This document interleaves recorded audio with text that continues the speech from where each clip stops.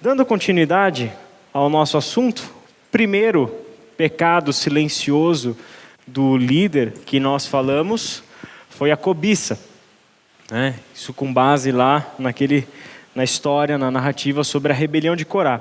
E o segundo pecado silencioso do líder que eu quero conversar com vocês sobre é o narcisismo. Interessante, né? O narcisismo.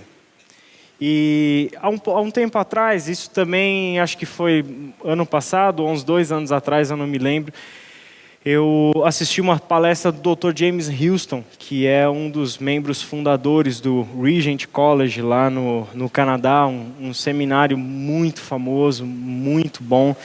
E ele já com uma idade bem avançada, ele esteve num seminário onde eu dou aula lá em São Paulo. E aí, no momento das perguntas, né, ele fez a explanação dele, assim.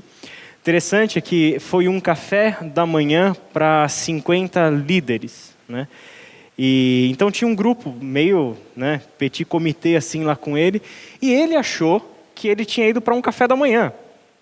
E aí ele falou: eu peço desculpas para vocês, porque eu levei um susto quando me chamaram para vir falar para vocês, porque eu não preparei nenhuma palestra para vocês, eu vim tomar café da manhã, né?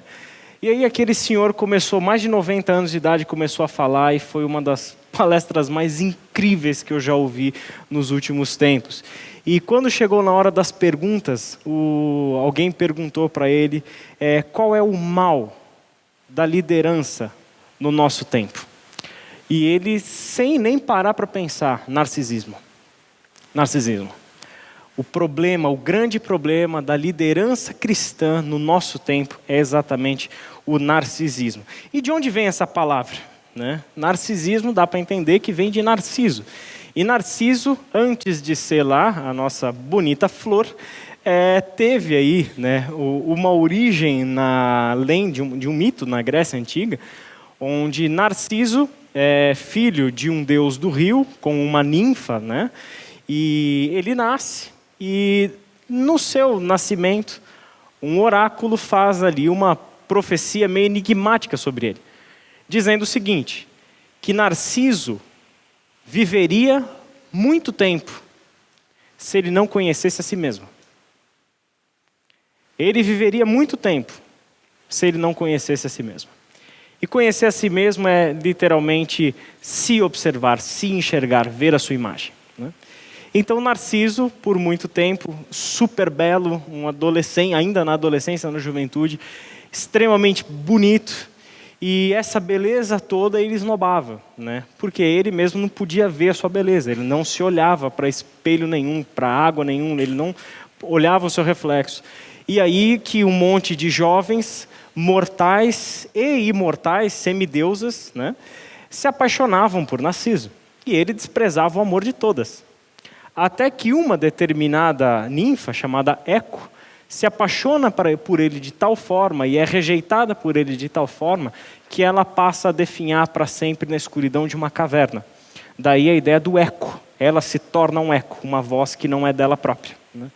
E aí vem essa questão toda relacionada ao sofrimento que essa e as outras, né, começam a clamar aos deuses uma justiça contra Narciso. E aí o que acontece? Um belo dia, Narciso vê o seu reflexo na água. E isso foi uma armação para que, de fato, ele visse o seu reflexo na água. E quando ele vê o seu reflexo na água, ele se apaixona pela imagem que ele vê refletida na água.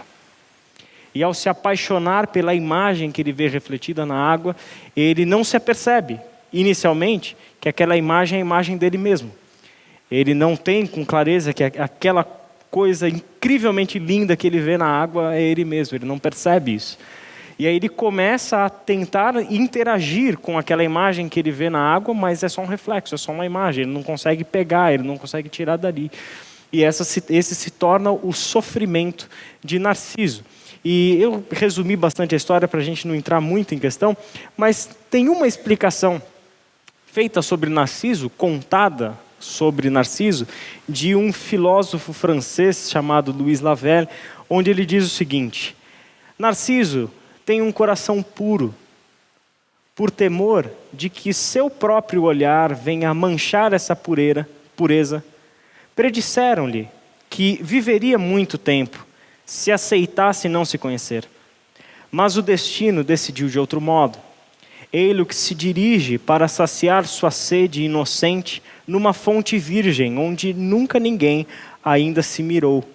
Ali ele descobre, de repente, a sua beleza, e desde então não tem mais sede, senão de si mesmo.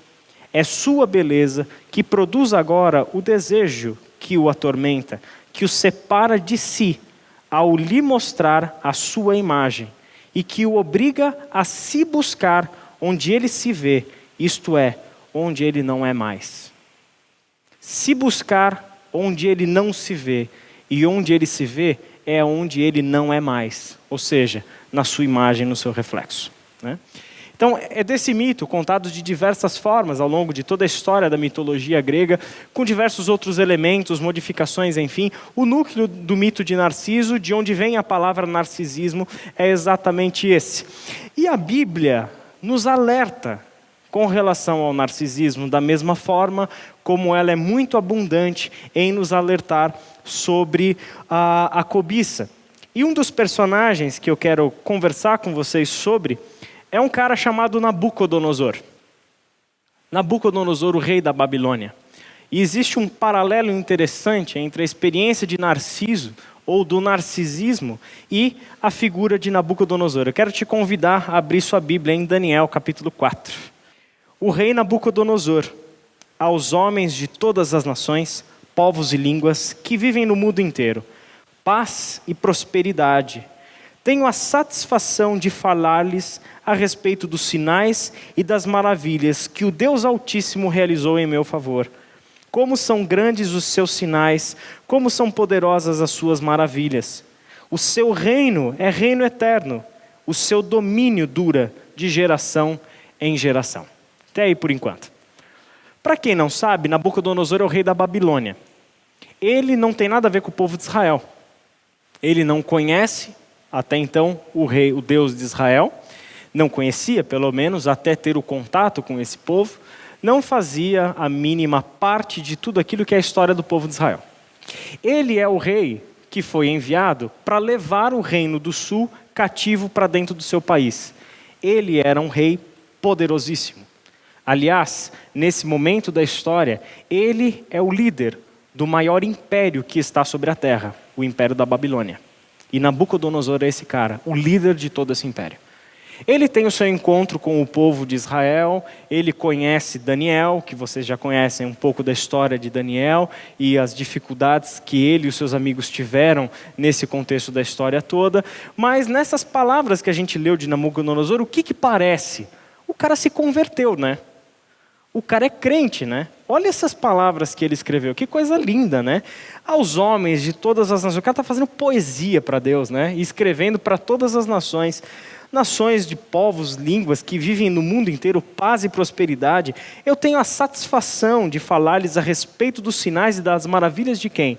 As maravilhas do Deus Altíssimo, os sinais que ele realizou em meu favor. E aí ele faz um verdadeiro salmo, né?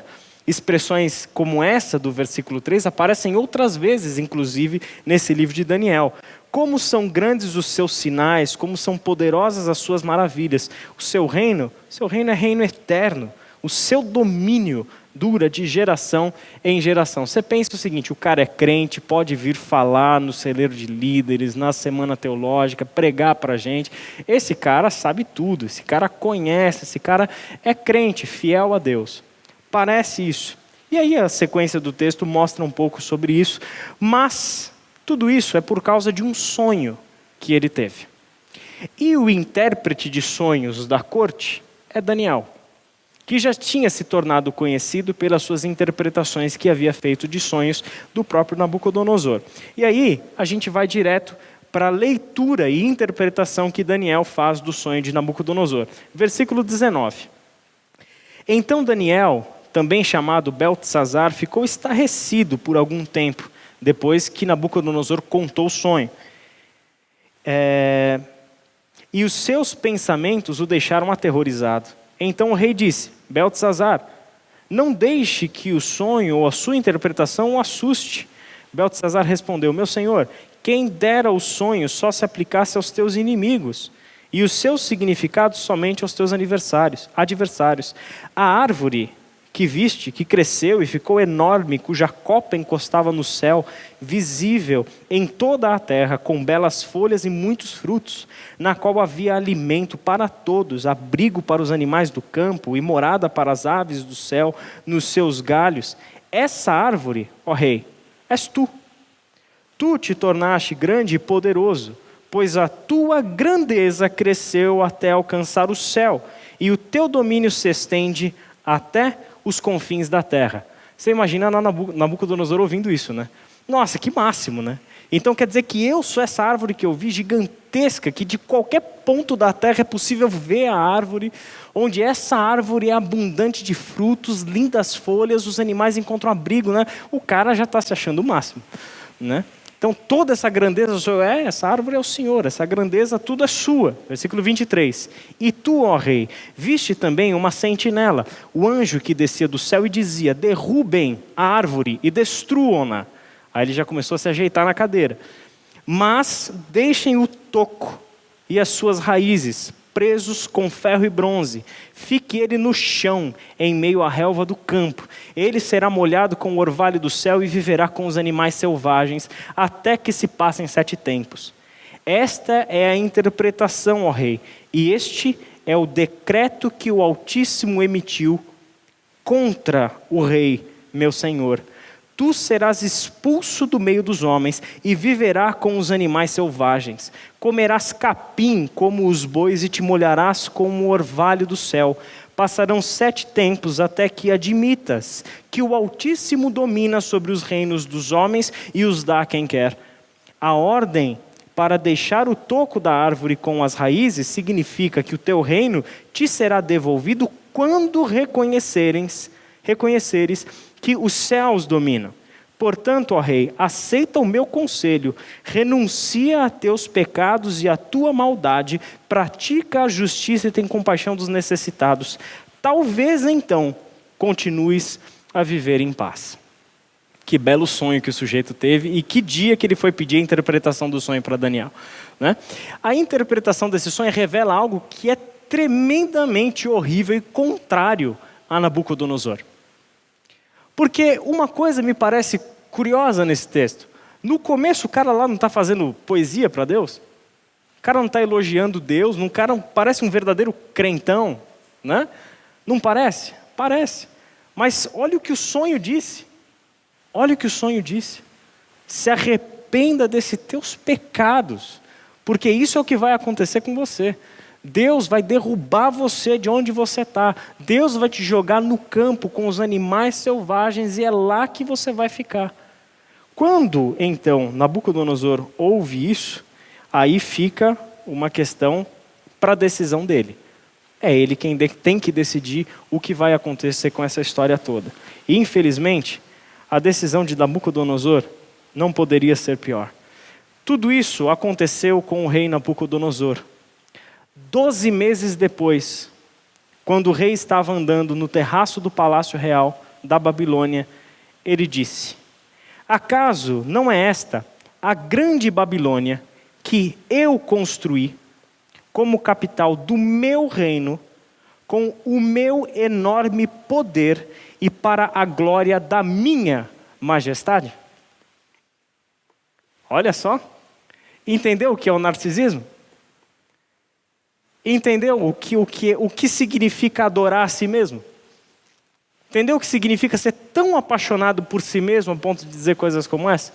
E apenas 12 meses depois que todo aquele sonho e a interpretação e o alerta de Daniel veio sobre ele.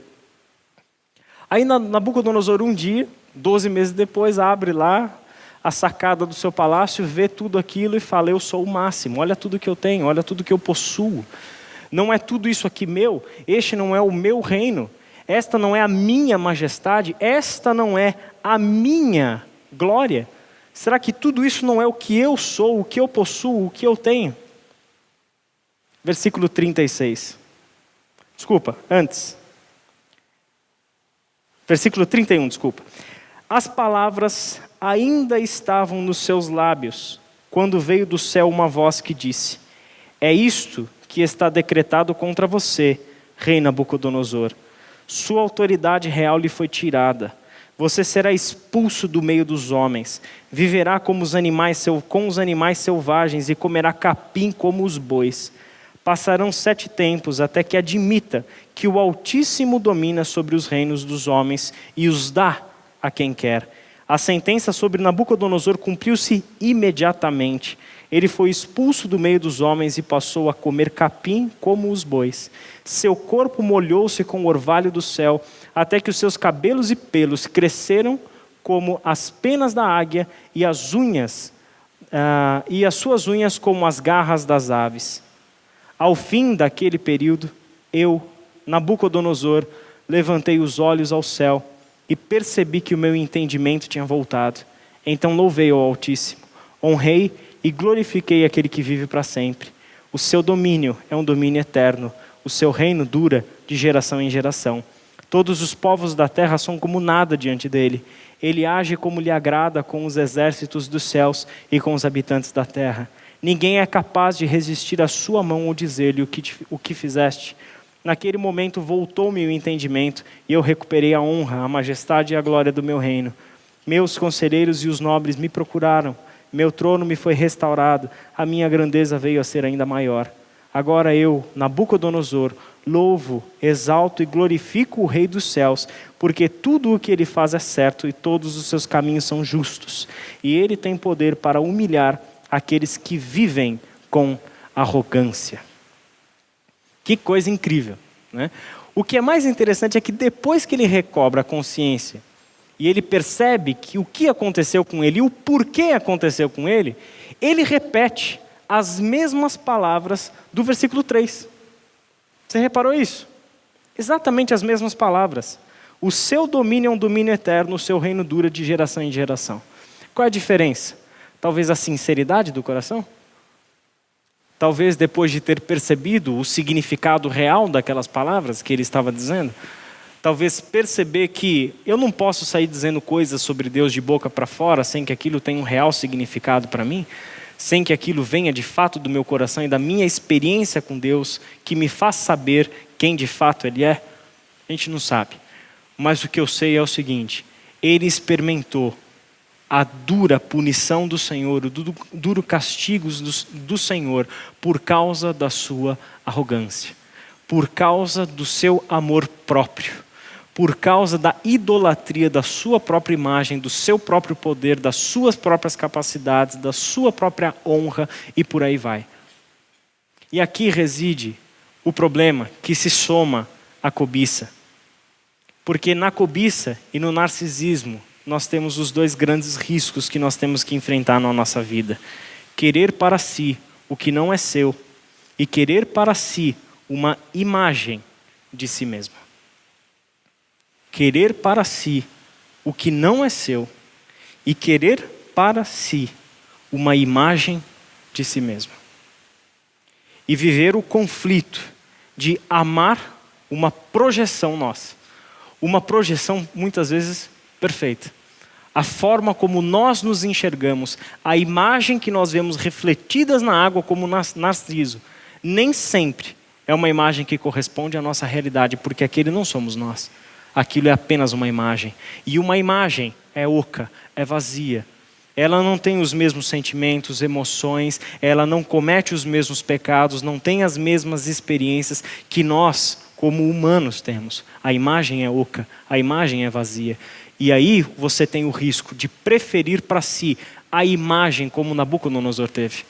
Ele não olha para si na sua relação com Deus. Ele olha a projeção da sua imagem. Quem é Nabucodonosor? O dono de tudo isso, o Senhor sobre todas essas coisas. Ele é o Senhor de tudo, Ele é cheio de majestade e honra, Ele é cheio de glória. Ele percebe algo que não condiz com a realidade, porque só existe um que é Senhor sobre todas as coisas e digno de toda a honra, todo o poder e toda a glória, e esse alguém é Deus. Quando nós nos projetamos assim, nós nos tornamos os nossos próprios deuses e roubamos aquilo que pertence somente a Deus, a glória e a honra. Então aqui reside um risco muito grande. E esse risco é quando nós combinamos essas coisas e nós às vezes guiamos a nossa vida, projetamos a nossa trajetória de vida a partir de mentiras, a partir de falácias mesmo. Quando nós achamos que, por exemplo, Deus chamou você para ser grande. Deus não nos chamou para sermos grandes. Ele nos chamou para diminuirmos e não para sermos grandes. Deus nos chamou por sua misericórdia, graça e amor, para sermos semelhantes a Jesus. E o que isso significa? Servos dispostos a doar a vida por pecadores. Ele não nos chamou para sermos grandes. Ele nos chamou para diminuirmos. Ele nos chamou por amor, por graça e por misericórdia pura dele, para que nós sejamos como Jesus, homens e mulheres, dispostos a entregar a vida à morte por pecadores. Por isso, o erro de nos convencermos que Deus quer que sejamos grandes, sabe qual que é? É que nós vamos trabalhar para sermos grandes. E sabe o que é o pior? Provavelmente você será grande. Isso que é o pior. Se nós nos convencermos que Deus nos chamou para sermos grandes, o nosso esforço, o nosso empenho estará nisso. Eu tenho que ser grande. Eu tenho que ser grande. Como Nabucodonosor. Eu tenho que ser grande. Por quê? Porque Deus me chamou para isso. Deus me chamou para ser grande. Deus me chamou para liderar. Deus me chamou para isso. Deus me chamou para... É o contrário, gente. É o contrário. Deus não chamou ninguém para ser grande. Porque não tem como ser grande com Deus. Não tem como. Ele nos chamou por sua graça, por seu amor e por sua misericórdia. Quem nós somos? Nós somos pó diante dele. Nós somos pecadores mortos dos nossos pecados e transgressões. E ele, por graça, nos trouxe de volta à vida. Por isso, esse é o cuidado que nós temos que ter. E nós corremos atrás da nossa imagem. E essa nossa imagem é como se fôssemos homens e mulheres grandes. É por isso mesmo que eu quero fechar com o oposto. O contraponto a esse conceito de que nós fomos chamados para sermos grandes. E o contraponto vem de um sujeito que eu gosto muito, muito mesmo, e que é um dos meus parceiros de caminhada no Evangelho, que é João Batista. Sei que o Léo gosta pra caramba desse cara também. E numa palavra de João Batista, lá no Evangelho de João capítulo 3, a gente lê o seguinte: a isso, João respondeu: uma pessoa só pode receber o que lhe é dado dos céus. Vocês mesmos são testemunhas do que eu disse. Eu não sou o Cristo, mas sou aquele que foi enviado adiante dele. A noiva pertence ao noivo. O amigo que presta serviço ao noivo e que o atende e o ouve, enche-se de alegria quando ouve a voz do noivo. Esta é a minha alegria, que agora se completa. É necessário que ele cresça e que eu diminua. É necessário que ele cresça e que eu diminua. Deus não, em nenhuma hipótese, chamou você para ser grande. E se você se convencer de que você foi chamado, de que você foi chamada para ser grande, você vai colocar todo o seu esforço em ser grande. Quando o convite do Evangelho é exatamente o oposto. Ele chamou você para que você diminua e Cristo cresça. E Cristo cresça. É a mesma ideia do que Paulo falou lá em Gálatas. Já não sou mais eu quem vive, mas é Cristo que vive em mim. Isso diz respeito à nossa experiência de novo nascimento, mas também à nossa experiência enquanto discípulos e discípulas de Jesus. Porque mais de Cristo nós vamos experimentar quando menos de nós estiver aqui dentro. O problema de nos convencermos de que Deus nos chamou para sermos grandes é que vamos trabalhar para ser grandes. E o pior de tudo, nos tornaremos grandes, mas isso tem um preço. Isso tem um preço. Porque quando nós nos tornamos grandes, Cristo desaparece de nós. Esse é o preço a ser pago. Porque quando nós nos tornamos grandes, não há mais evangelho em nós.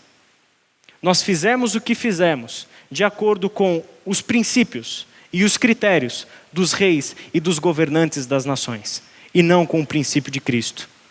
Porque o princípio de Cristo não é aquele que cresce, mas aquele que diminui. Não é aquele que busca para si, mas é aquele que busca para o outro. O princípio de Cristo é diferente. Cuidado com essa máxima. Eu tenho que ser grande, eu tenho que ser isso, Deus não tem nada a ver com esses projetos. Esses projetos que nos levam a uma vida megalomaníaca e com as melhores das intenções. A gente volta àquela conversa de Jesus com os discípulos lá no início.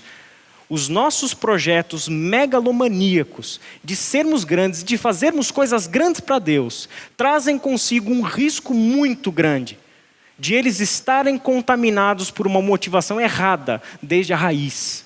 Desde a raiz. É por isso que tem um monte de gente que faz um monte de coisa em nome do Senhor. O Evangelho mesmo mostra isso. Senhor, mas espera aí. No teu nome nós fizemos uma porção de coisas. No teu nome expulsamos demônios, curamos enfermos, fizemos um monte de coisas no teu nome. Fizemos coisas grandiosas no seu nome. Qual é a resposta do Senhor? Eu nunca conheci vocês. Eu nunca conheci vocês. Vocês agiram por conta própria. Vocês agiram por conta própria. Vocês agiram movidos pelos seus próprios projetos. Vocês não agiram movidos pela sua própria cobiça e pelo seu próprio narcisismo. Que fique essa mensagem para nós. Ele nos chamou para diminuirmos. E isso tem um motivo muito bom, muito positivo. Porque quanto menos de nós houver aqui, mais dele haverá. Que como João Batista, que a gente entenda que o que nos foi dado é isso, o serviço, a identidade de Jesus, a missão de Jesus. E que isso conduz a nossa vida. O que Ele vai fazer conosco e aonde Ele nos colocará, não faz parte dos meus planos e do meu trabalho. É dele, e somente dele. Aonde Ele vai me colocar, o que eu farei, onde eu farei, não diz respeito aos meus esforços. Diz respeito a Ele. O que me cabe ser um discípulo de Jesus. Isso é o que me cabe. Se eu vou liderar, se eu vou estar à frente de muita gente, pouca gente, se eu vou estar lá no congresso com as 2.000 pessoas, como a minha querida amiga, eu não vou falar quem foi, eu não vou falar, mas eu amo ela de todo o coração. Se eu vou estar lá no congresso com as 2.000 pessoas ou com os meus 10 alunos no Crescer do domingo de manhã, isso não sou eu quem decido, não está no meu campo de decisão, não está na minha cobiça, eu não quero isso. Eu só quero uma coisa: estar no centro da vontade de Deus. E se Ele me deu 3 alunos, é isso que eu vou fazer. E se Ele me colocou algumas pessoas ao meu redor para que eu de alguma forma os ajude na caminhada com Cristo, é só o que eu quero fazer. Porque não diz respeito a mim, não é a minha história, não é o meu plano. A gente estava conversando agora aqui, né? Moisés, diante disso tudo, Moisés nunca quis estar onde ele esteve. O que é que Moisés fez para chegar onde ele chegou? Para ser quem ele foi? Ele não fez nada. Ele não fez nada. Ele nunca quis estar lá. Tanto que quando os caras chegaram para ele acusando tudo, o que ele falou? Ele falou: eu não tenho nada para dizer para vocês. Se vocês querem a minha posição está aqui. Deixa Deus decidir quem fica. Se vocês querem na minha... eu tenho a impressão que se Deus desse a posição dele para Corá, Moisés fala: Deus, muito obrigado, porque eu não aguento mais liderar essa gente. Ele teria ficado numa boa. Falei, enfim, férias. Enfim, férias. Mas ele tem essa convicção: eu não fiz nada para estar aqui. Eu não fiz nada para estar aqui. É só isso que a gente precisa saber, gente. E é a partir daqui que a gente vai aprender a liderar. Quando nós estivermos prontos a sermos como Jesus, porque Deus não quer dar para o seu povo seguidores seus, Ele quer fazer seguidores de Jesus. Mas Ele só pode fazer com que você faça seguidores de Jesus quando você decidir de fato seguir a Jesus e não a sua própria cobiça e não o seu próprio narcisismo. Vamos orar? Pai querido, nós te agradecemos pela tua palavra, te agradecemos porque nós sempre encontramos nela a boa notícia de quem podemos ser e de quem somos, do que devemos fazer e mais, Pai, do que nós podemos fazer com uma plena liberdade por causa do sacrifício de Jesus Cristo. Muito obrigado, Senhor, porque o Senhor nos conferiu essa identidade. Nos livra, Senhor, desses perigos que estão dentro de nós e o tempo todo, ao longo de toda a nossa vida, vão nos acompanhar, que é a cobiça e que é o narcisismo. Cuida, Senhor, desse nosso coração que nos engana tanto. Cuida, Pai querido, dessa nossa vida que almeja às vezes coisas tão grandes, mas almeja com base no nosso próprio egoísmo, com base na nossa própria ganância, com base na nossa própria arrogância. Nos ajuda, Senhor, a sermos de fato quem Jesus quer que nós sejamos. Que seja para nós, Pai, plenamente satisfatório aquilo que o Senhor concedeu a cada um de nós. Que em nenhum momento nós queiramos aquilo que o Senhor deu para outro. Que nós jamais queiramos subir de posições ou medir as nossas forças, tentando competir em qual entre nós é o maior. Mas, Senhor, faz no nosso coração essa transformação que nós tanto ansiamos. Nos ensina a vivermos em paz, resolvidos com quem nós somos. Em nome de Jesus Cristo. Amém.